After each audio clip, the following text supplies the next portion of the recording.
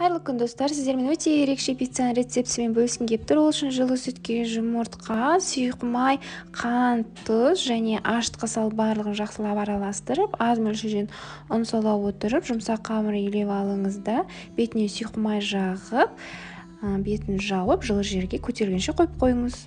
Келесі кезекте қамырыңыз көтерілгенше балды сироппен күнжутыңызды және пиццаңыздың салмасын дайындап алсаңыз болады.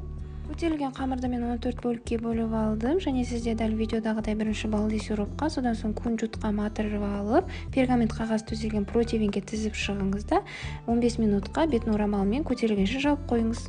Видеодағыдай стақанның көмегімен дөңестеп етіп пішін жасап, ортасына қызанақ пен шұжықты салып, 15 минутқа қызарғанша пешке салып алыңыз да, пештен қайтадан алып шығып, үстіне ірімшік салып, тағы да ірімшік ерігенше 2-3 минутқа пешке салып алыңыз.